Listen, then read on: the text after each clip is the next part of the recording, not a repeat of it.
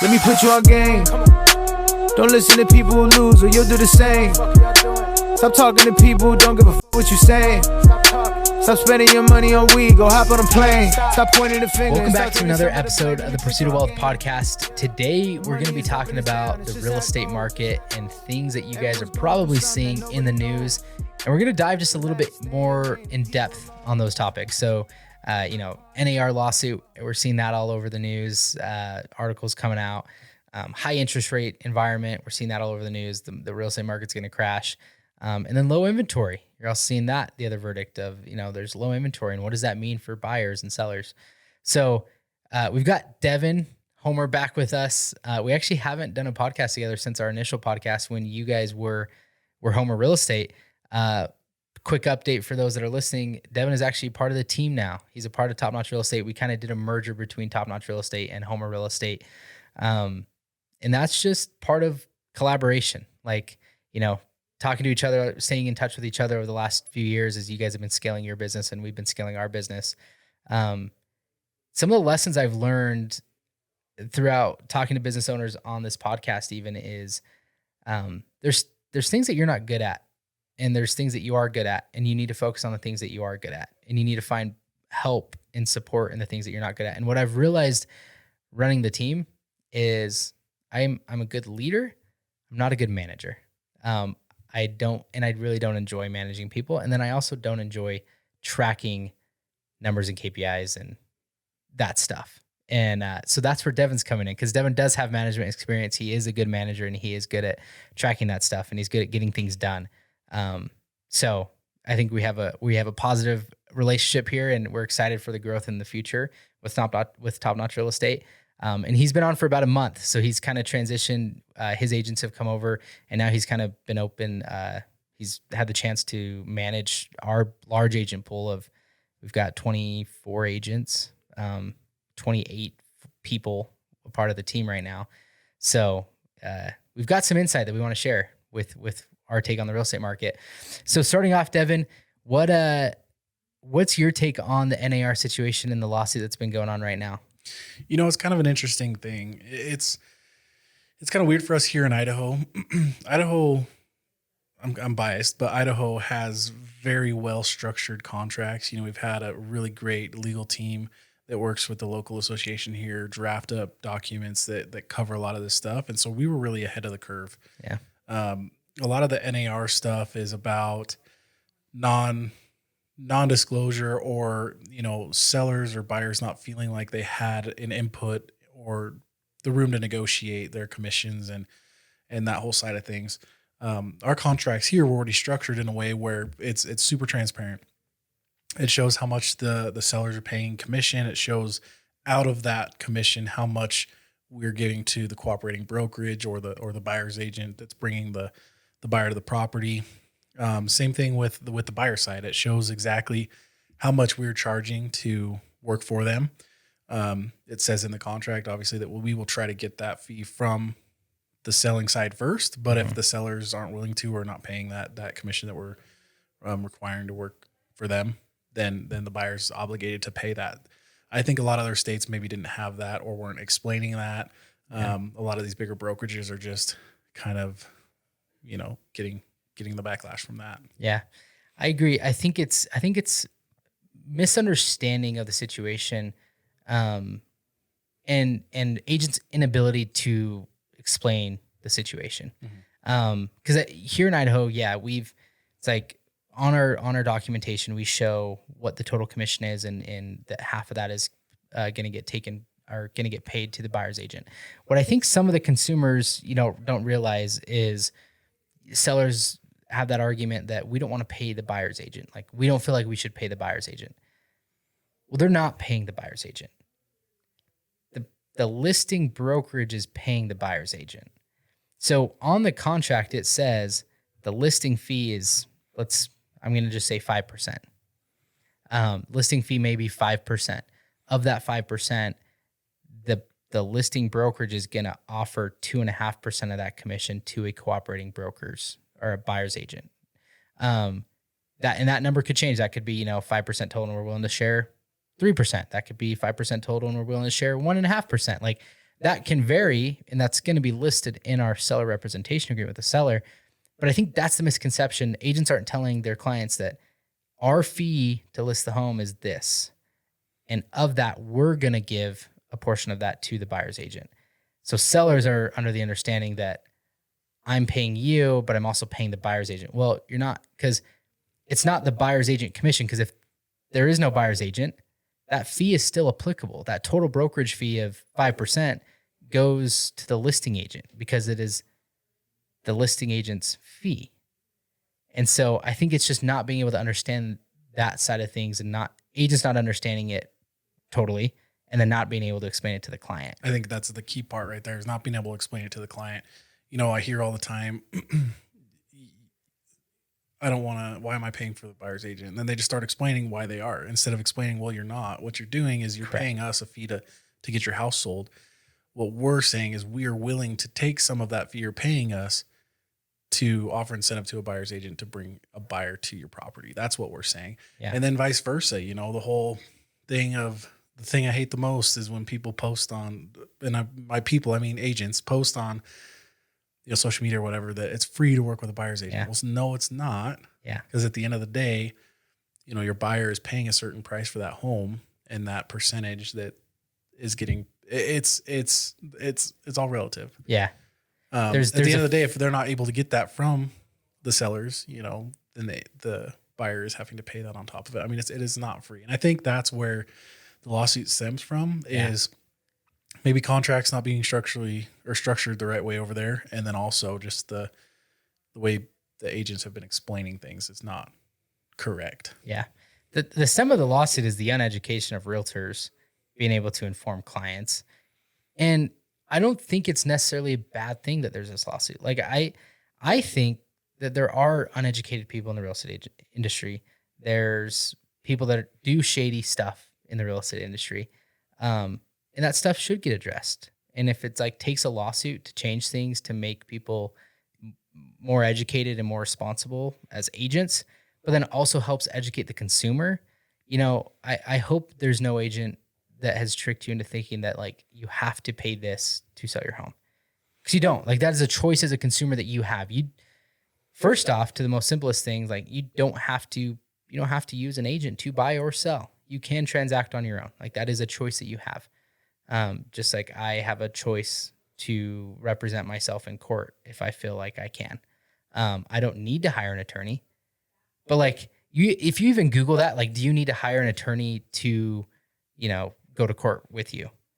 It's like the Google says, like, no, but we highly recommend that you do, because you'll have a greater chance at success in court.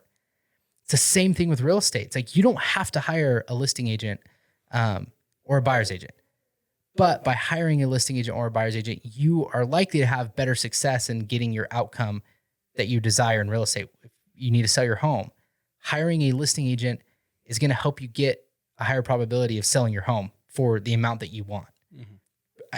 Prime example, like I never tell clients that they have to use us to list or whatever. I had a client that called me last week. They had been on the market for sell by owner for 30 days. They said, hey, we tried this on our own. Like, we think it's time to bring you in. We need help. We did the marketing, got it listed. Literally same day, we've got an offer above. We upped the price of what they were listed for sell by owner. And then we got a price above asking on that. Right. Well, I think part of that's too, I mean, there's just uneducated realtors, right? I mean, we've talked about it before, but the barrier to entry to get into this business is so low. Yeah. And a lot of people have had maybe a bad experience with an agent before, or had a family member that had a bad experience with an agent before. And I think they have this thought in their mind that every realtor will just come over, put a sign in my yard, put it on the MLS, and then that's it. Yeah. And they're like, well, why would I pay that amount of money for someone to do that? Mm-hmm. But that's not the case with everybody. Correct. That is the case with some people. Yeah. And that's why, like you said, it's important to interview multiple agents. And it comes down to there is no set price. I mean, there will be people that come over and say, hey, I'll do it for a flat fee. Yeah. Put on the MLS. There's people that'll come over and do 1%. There's people that charge for listing 7%. Yeah. But it's not. You can go to McDonald's and get a burger for what, $2, $3. Yeah. Or you can go to, Snakebite or one of these other places and it's going to cost you like $20. Yeah. Sometimes it makes sense to go to McDonald's. Sometimes it makes sense to go to Snakebite. It's whatever, you're looking for. And same thing with agents. It depends on what you're looking for. It's like, what is your desired outcome? Are you just trying to get fed? Because if you're just trying to get fed, McDonald's, good choice. Budget, you're just trying to get fed. But if you want like a nice experience and good meal that tastes like quality, you're probably going to choose that other thing. So I'm like, it's like, what is your end result that you want? And when you're interviewing agents, interview multiple and like compare their fees and understand the fees, and then also understand their value that they bring. And is that value worth it to you? And if not, then go with another agent. Like, there's nobody that like handcuffed you and said, hey, in order for you to sell your home, you have to use me. And this is a standard fee. And maybe there's some people that felt like that out there.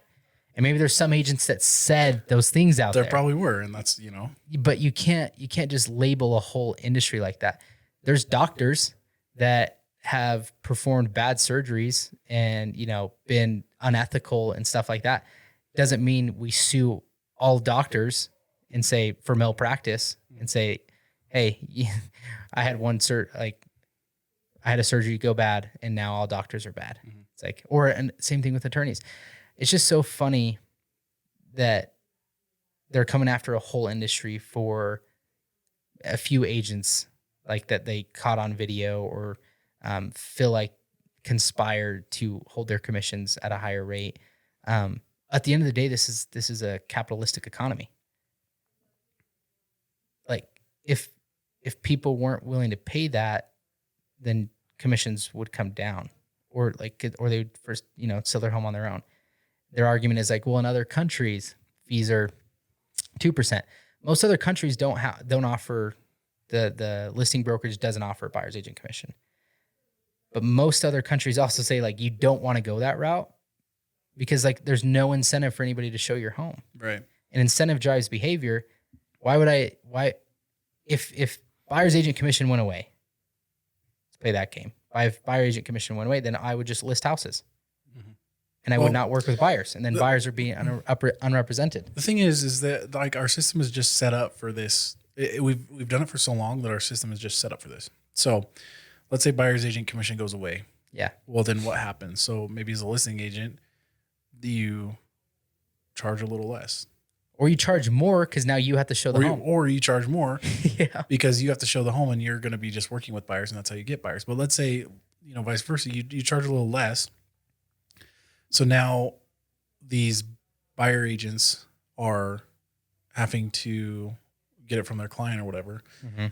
Well, what's going to happen? Maybe prices come down by 3% because it's not worked into the loan. And then it's not worked into the price. And now, these government loans and stuff structured in a way where they're able to, because they can already ask for seller concessions for closing costs. Well, maybe they up the price a little bit or they work it into the loan, or they can ask for concessions from the seller. I mean, either way, it's all relative. It's going to come from somewhere. Yeah. So it's like, okay, we're saying this doesn't work and we're going to restructure it to just another way that basically nets the same amount of money. Yeah. But it's just going to be structured differently. I mean, that's kind of where it gets me. It's like, I don't know how. Yeah. I like that. Let's break that down. So it's like to the basic level. If you have a home at $100,000 that you're selling, and you're like, yeah, we're not going to pay a buyer's agent. So now that buyer's agent, like the buyer does have a buyer's agent that they've signed a buyer's representation agreement with, that they've committed to paying that agent a fee if that fee is not offered from the seller on the MLS. Mm-hmm. So now they've got to come up with that cash out of pocket. Plus they got to come up with their closing costs, which are lender fees that are baked into the loan. So they're coming up with that, and they've got to come up with their down payment. It's like, well, now they just can't afford that house at $100,000, but now they can afford that house at $90,000, because now they got to come up with those costs. So it's like, what's in the best interest of the seller? The best interest of the seller is to make it as easy as possible for the buyer to purchase their home. Well, how do we make it as easy as possible?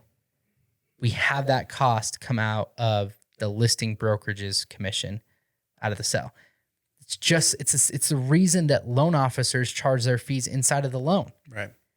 How hard would it be if like, hey, if I want to purchase a home and I need to get a mortgage, if I want to use a loan officer, I'm going to have to pay for the loan officer's fee out of pocket. It's like nobody would be able to use a loan officer. Not nobody. Most people wouldn't use a loan officer, and most people would not then get mortgages.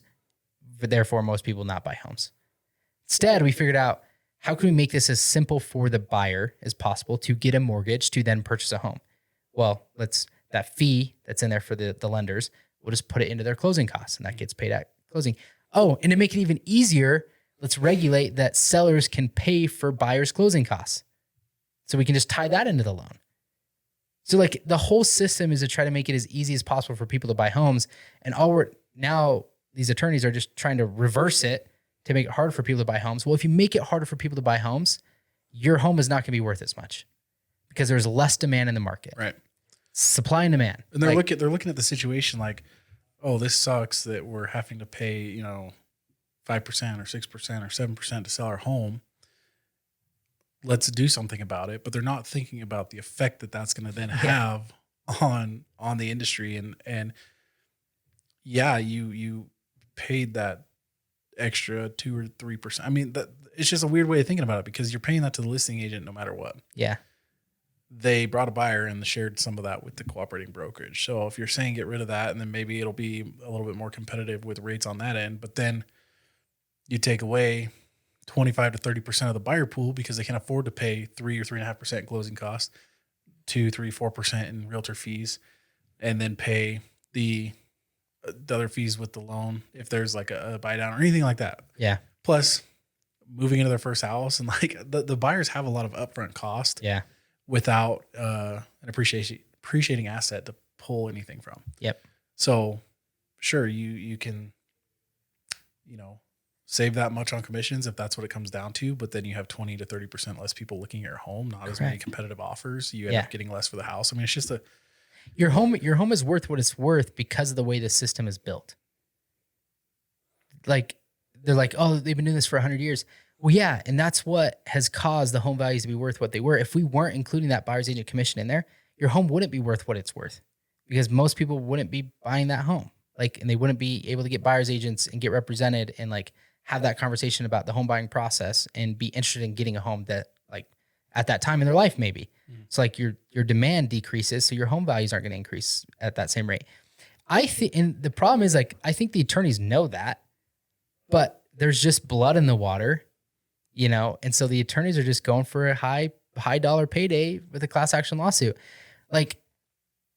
I wonder what that attorney's fee is on the class action lawsuit. You Google what that fees are, and it's like, oh, they range between 30 and 40%.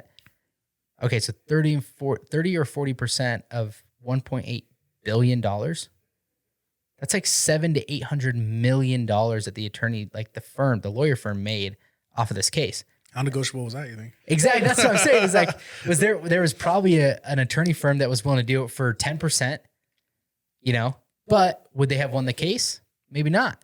Mm-hmm. So they hired this firm that charges 30 or 40%. They hired a professional. And did that firm negotiate? I doubt it. They're probably like, we know our value. If you want this outcome, we'll get it for you. It's the same thing with a real estate agent. Hey, I know my value. If you want this outcome, I'll get it for you, but here's my fee to do that. Right. There is a flat fee broker down the corner that they'll list your house on the MLS. They'll take pictures with their phone. They won't market it. They don't have a social media profile. They don't do any content. They don't do anything. They don't have a sales funnel, and they'll list it for $1,000. But are you going to get the best outcome? Probably not. The state offers you free, attorneys on criminal stuff.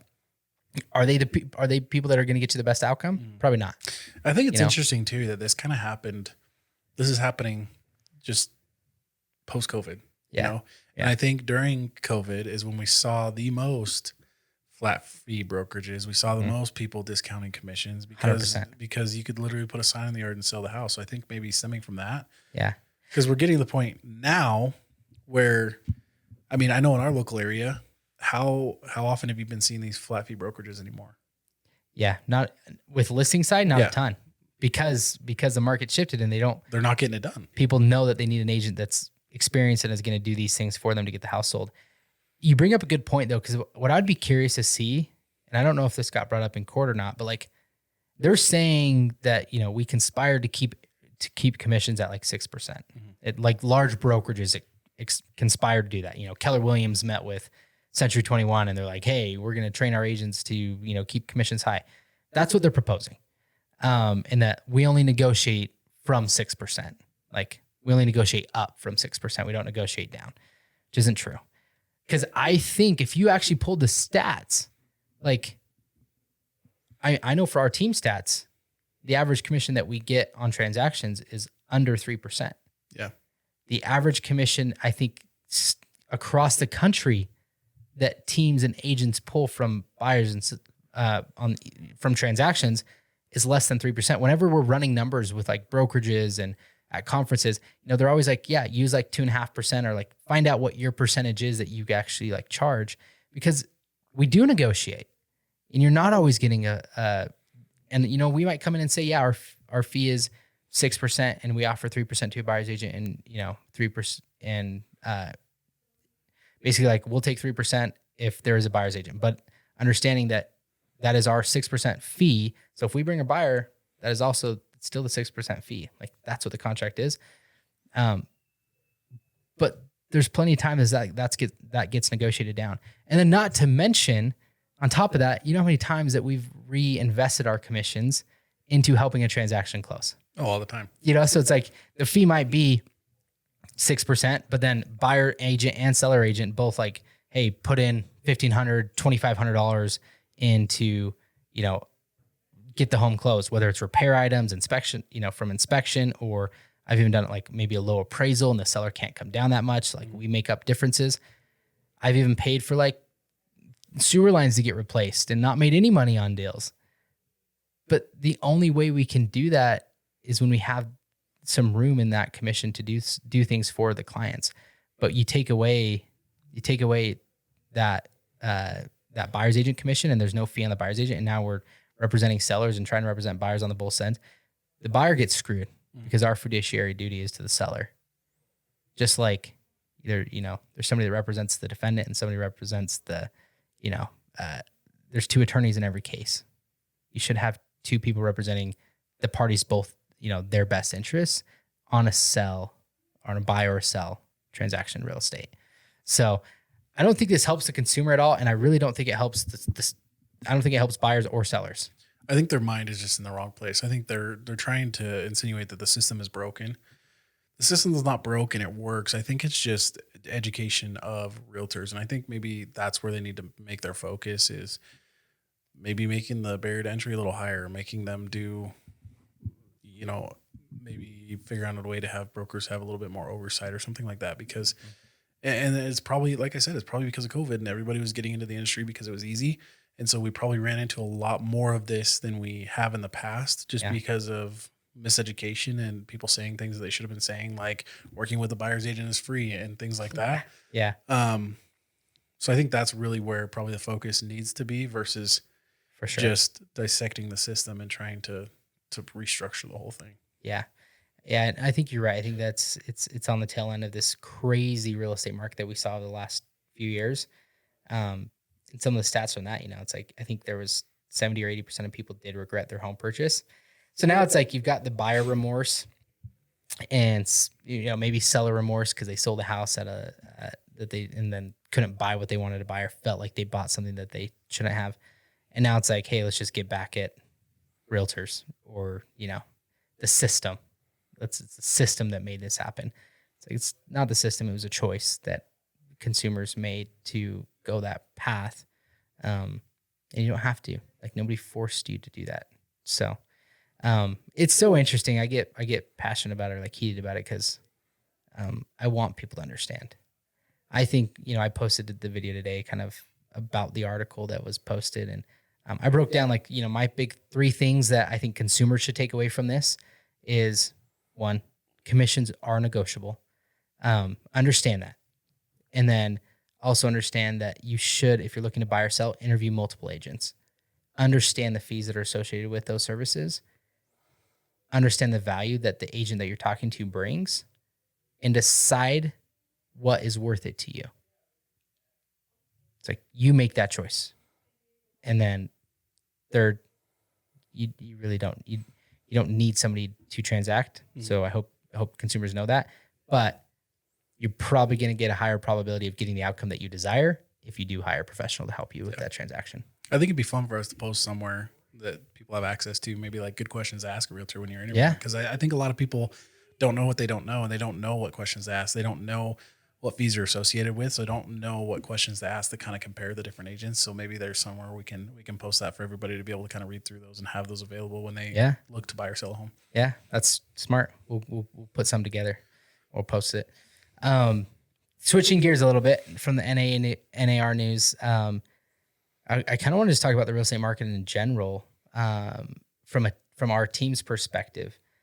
There's a lot, I think they're saying that this is probably the fourth worst year in real estate that we've ever seen. Transaction count is down because we're in a high interest rate environment. Last month we were at like almost 8% on interest rates. They've come down a little bit since then. So it's tough for buyers, especially with all the home appreciation that we've seen over the last 3 years. But we're also in a low inventory market. So we're like caught between a rock and a hard place. It's this weird storm of events that's gotten us here. And because of that, we're seeing a lot of agents leave the industry. What do you see? What do you think the next 6 months is going to do? And what are you seeing with our agents? Yeah, I mean, the next 6 months is going to be different, I think is the best way for me to put it. You're right. We have the perfect storm. So we had kind of putting everything together. We had the 2008 crash, which the toughest part that we're seeing now from that is that construction just stopped. Yeah. People stopped building houses. Like for the first time. And even up until now, we're not back to the rate that they were building houses before 2008. And so we have a major shortage from that. Yeah. Then we get into COVID, frenzy, lowest interest rates we've ever seen. Yeah. And appreciation through the roof. And now, the mass stimulus we've got all of this together. So we get into where we're at now, where we have this massive appreciation with the stimulus and everything going on. We had crazy inflation. So we're trying to curb the inflation. So we're raising interest rates. We have high interest rates. We have high home prices. We have a shortage of homes. And so, typically there's supply and demand where supply goes up, price comes down, supply goes down, price goes up.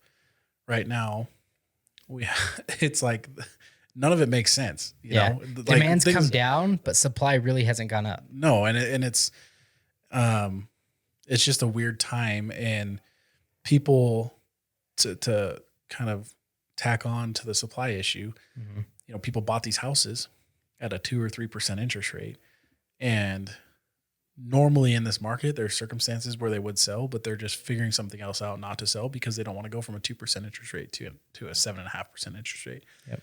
They don't want their payment to go from $1,400 a month to $2,200 or $2,300 a month for basically the same house. Yeah. So it's just different. So for our agents, I think our biggest transition, and I think what people are going to need to do is they're going to need to transfer their efforts from marketing to prospecting, because that's what works. I mean, getting people on the phone and talking to people, we're looking for the people that have to move. We're looking for the people that are having job transfers. We're looking for the people that are, making their family bigger and need more rooms and things like that. We're looking for people who maybe are getting older and can't live in the house because of stairs. Yeah. But because of COVID and the way things were, everybody was focusing on marketing and just focusing on, social media and billboards and all that stuff. Well, everybody's doing that. Yeah. But not everybody is hitting the phone and doing the work and pounding the pavement, knocking doors, doing the activities that have always worked. Yeah. So yeah, we're changing our agents' mentality to, really sitting down, getting on the phones, doing the work, set an appointment every day. Yeah. And having the conversation, asking the questions, finding out what the pain points are, finding out like what the people really need, what their needs and wants are, and not just treating them like a number, but coming up with a customized plan or, course of action to get them what they want or what they need. And the only way to do that is by asking the question, shutting up and listening. Yeah. Asking the question, then having the knowledge, or having a team that has a knowledge of how to help them in that situation. We've done, in the last little bit, we've done creative finance deals, given people certain situations. But the only way that we know that is like, you've got to ask the right questions. And, I get agents that they're like, hey, this house isn't selling and we thought it was going to sell at this price. And then come to find out, they start asking questions. They're like, yeah, it's not a price thing for the sellers. Like the sellers, they're okay lowering the price. They need to move. They need to get closer to Idaho Falls. They need to be, they live way too far out of town. The wife needs to be next to medical facilities. Like, okay, you start realizing that and you're like, hey, well, our game plan changes. Their concern isn't maximizing price. Their concern is timeline, and they need to get closer to a certain area. So, okay, let's figure out what that price is that we need to lower it to make sure that it gets sold, to make sure that they get into their situation they need to get into. But a lot of agents aren't going to ask those questions. A lot of agents are just going to let those properties sit on the market, which if you do, going into a winter market, going into the holiday season, they might be losing value the longer it sits on. So if you had like just priced it, I'm going to use numbers here. If you had just priced it at 400 instead of 475, they maybe would have got it. But now like you're waiting 3-4 months to have those hard conversations or ask those questions to identify their needs. And they're like, we actually don't need 400. We just thought that's what you could sell it for. We're okay getting 375. You're like, but now you do the price adjustment to 400. You're chasing the market. And now you're chasing the market down. Yeah. It's like, it's not in your client's best interest. You've got to know, like, hire an agent that knows the market. That's not just going to, sugarcoat things and say, I could sell your house for 500 just because they want the listing. Right.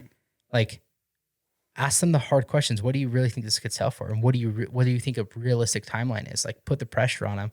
Because then the agent should hopefully give you the right answer of, well, we could list at 500, but if you guys want to like move it in 45 days, 60 days, maybe we need to list it at, 25,000 under that, or 20,000 under that. And the seller might be okay with that because their goal is a quicker timeline. So I think as realtors, we always just think like that the consumer's goal is always price, but it's not always price. So like, ask the questions, get to know the situation, get to know them as people. What do they want? What are they looking for? And then help advise them to that, So I think that that's what the conversations we're having with our agents to make sure that they're going to stay busy in this market. Cause even if the market comes down 40%, transaction wise, there's still 60% of people that are transacting. Yeah. And I think you nailed it. I think, we do a lot of appointments with expired listings. We do a lot of appointments with for sale by owners. And, some of those appointments that we've ended up signing and going on to listing for them later on, they told us the reason that they decided to go with us versus maybe another agent is these agents would come in, they would do their presentation. They would present like, this is how great I am. This is what I do. It's my 32 I've been in real estate for 26 years. Like, and then they're like, okay, you want to do this? And they're like, no. But then, we would come in and we would say, okay, what is it you're trying to accomplish? How can we help you do that? What is your priority with this? When do we need to get it done by? And then we advise them on what we would do to meet those goals. Yeah. We structure it for them and they feel like they've been heard versus just somebody that came in and just talked about themselves for 40 minutes. Here's how great I am. Yeah. It's like, okay, well, what are you going to do for me though? Yeah. Yeah. Because as a consumer, you shouldn't want the standardized plan. You should want a customized plan to your needs and your situation. Right. So I think that's where a lot of agents go wrong is they just bring in these standardized plans. And it's like, you can have a standardized marketing plan that like, here's what we do for all of our listings. That's okay. But like, given your situation, maybe we're going to tweak that a little bit because your situation's different. Maybe we're going to look for investors on this. So we're going to actually tweak our marketing plan and go heavier in this category of marketing versus this category of marketing. Like, agents need to understand that. But I think the last few years, agents have gotten so lazy. Yes. I was trying to figure out a better word to say it. It's so lazy and just not professional. And they just expect things to fall out of the sky. They just expect that their friend to call them and say, hey, we want to buy or sell. And they just expect to go put a yard sign in the yard, and they expect to get calls and expect to get an offer. And it's like, you actually have to put some thought into this industry now, which I'm excited about. I think it's great. I want to going back to the conference we were at in San Diego, Alex Ramosi said a skilled sailor was never made on calm seas. See, like, if you want to be great, you should wish for storms. Mm-hmm. Because how can you say you're great when you've never been tested? You can't. And so, I've referenced that already in one of the other episodes, but it's because I like it. I think that's such a powerful statement. I think there's a lot of agents that think they were good. They think they're good. Then you ask, like, how long have you been licensed? And they're like, 2 years. And it's like, okay. I'm excited to see how you do over the next 12 months. Which is not bad. There's some out there that have been licensed for 2 years. And they'll kill it. That are killing it. Yeah. But unfortunately, that's not the majority. Yeah. Which I think is good. I think you're gonna see who the real agents are over the next 6 months, which I'm excited for. And I want to make sure that our agents, of course, I'd be in denial if I think that we're not going to lose some of our agents. Right. I think, we will end up losing some of our agents because times are going to get tough over the next 6 months.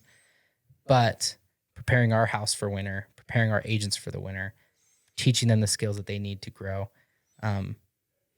that's what we're pushing for right now. Mm-hmm. And I think a lot of agents we met with an agent yesterday. You met with an agent yesterday. Mm. A lot of agents were in part of teams, in environments that weren't really helping them, which may have been okay over the last 2 years because it's like they'd still get a bone every once in a while, even if they weren't in the best environment or have the best support or have the best systems.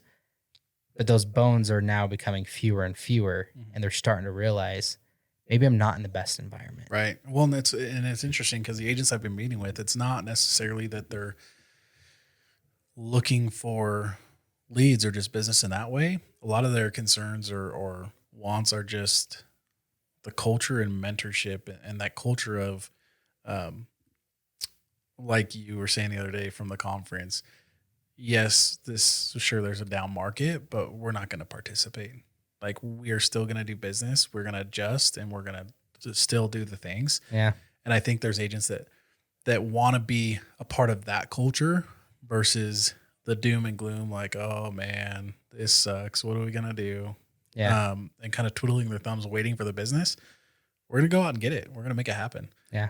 And there's agents that are looking for that leadership style of, yes, we've got this challenge.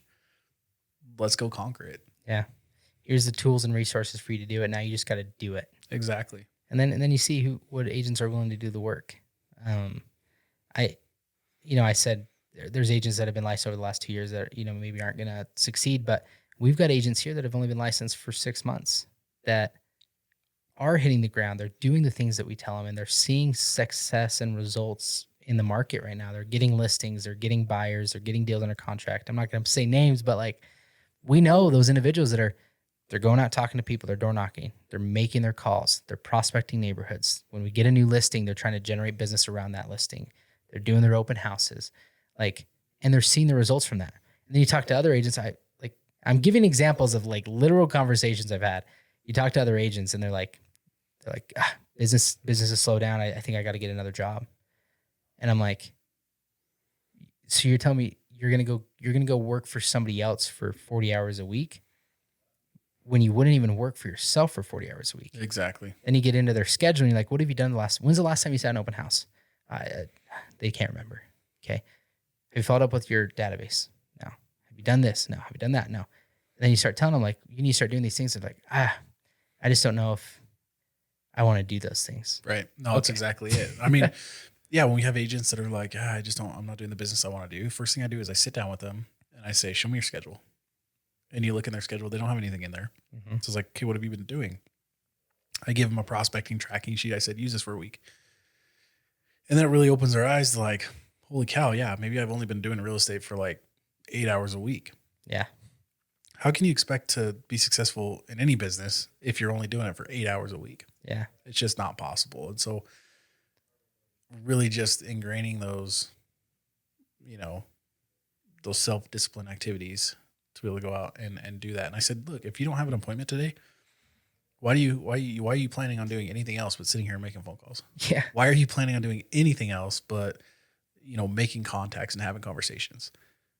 You don't have any business. So why are you doing anything else? Yeah. Like, create business for yourself. 100%. I look at that and I go back to like my early days of getting into real estate, and it's like, if I didn't have anything to do, which I didn't have anything to do a lot of days starting out, and I had no guidance on what I should do, I would design a door hanger or flyer, print them off, and I'd go hang them.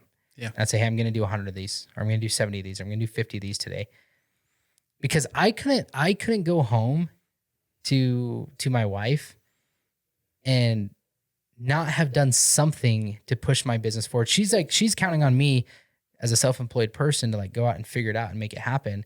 And she thinks I'm doing real estate. And when you're a new agent, a lot of times you're not doing real estate yet, but you need to be doing the activities to help you start doing real estate. Mm-hmm. And I would beat myself up if I didn't do something every single day to continue to push my business forward.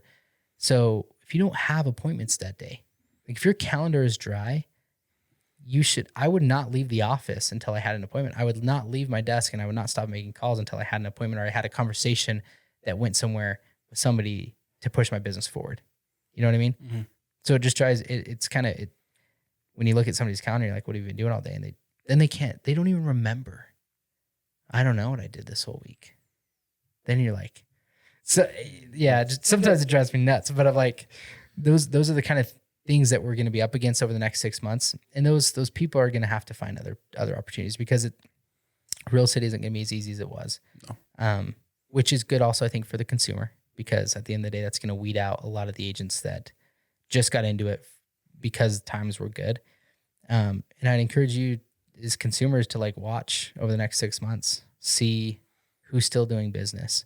Because if people are in business during the hardest times, they'll be in business during the good times, and they'll know what to do to help you in the good times. Oh yeah, 100%. Yeah. If they can sell houses in the bad times, then you want them in your corner during the good times. Yeah.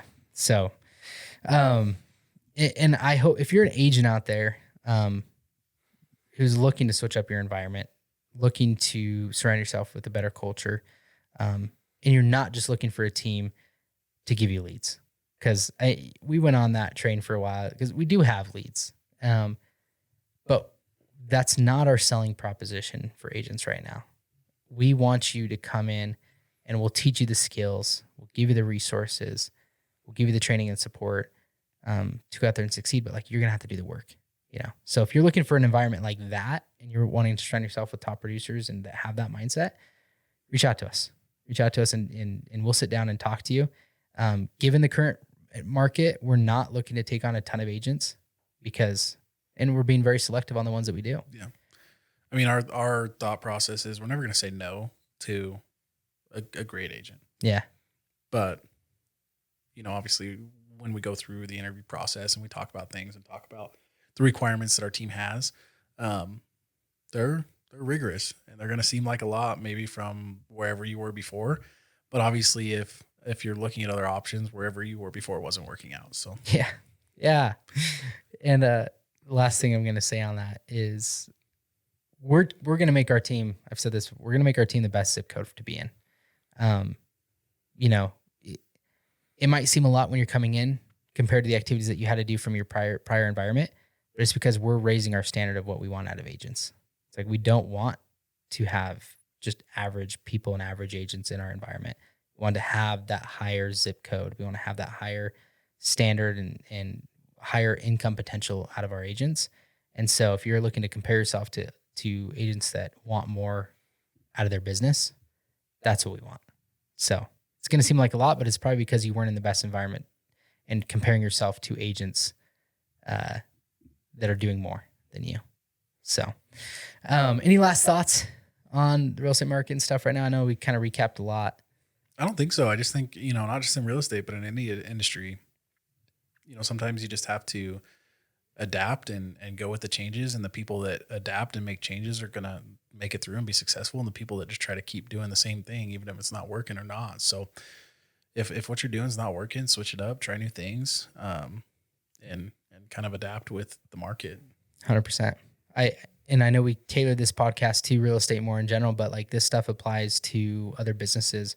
The next 6 months in any business is probably going to be tough, depending on where the economy ends up. But if you're struggling in any business, surround yourself with other business owners. Surround yourself with other people that are in the grind. Surround yourself with other people that are pivoting and changing how they do things to adapt with the market. Yeah. Put yourself around those people because they're going to help you succeed as well. We love having those conversations, talking about, the market and how it's changing, talking about technology, talking about implementing AI. I mean, all this stuff is not just real estate. I mean, we talk about this with all business owners in the area, and it's fun. So yeah. We need to get a mastermind group going in our local area of just business owners to talk that stuff through. But okay, well, appreciate you, Devin. Appreciate you coming on. I love sitting down and talking with you. I know we can always talk for hours, but we'll wrap this one up.